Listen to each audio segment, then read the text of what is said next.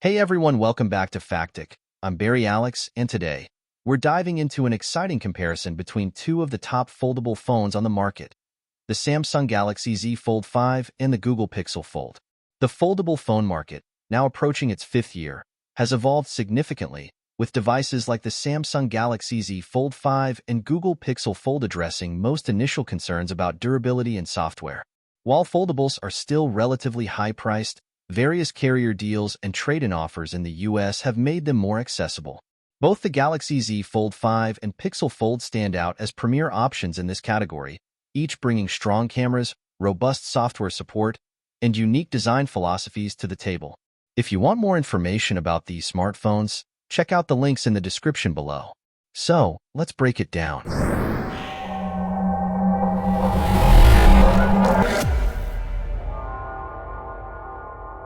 First off, let's talk about their designs. Both phones have that cool book-like fold, but they take different approaches. The Galaxy Z Fold 5 starts as a tall, narrow bar phone and opens up to a larger portrait screen.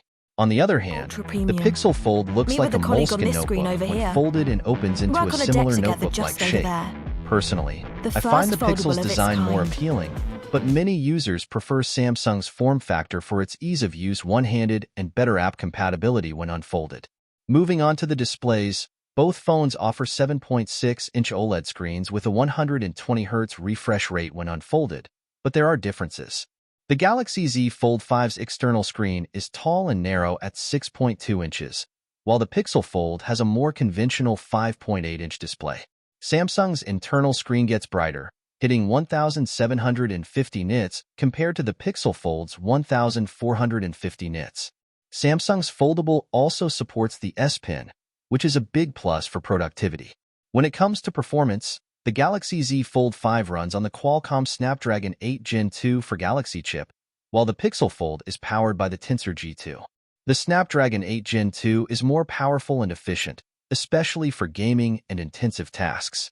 The Pixel Fold's Tensor G2, however, excels in AI and machine learning tasks, like live transcription and photo editing with Magic Eraser.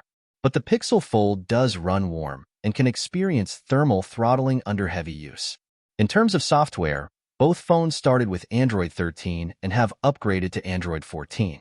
Samsung's One UI is highly optimized for multitasking, allowing you to run up to 5 apps in floating windows, compared to the Pixel Fold's limit of 2 apps in split-screen mode. Samsung's DeX feature, which turns your phone into a desktop-like experience, is another advantage.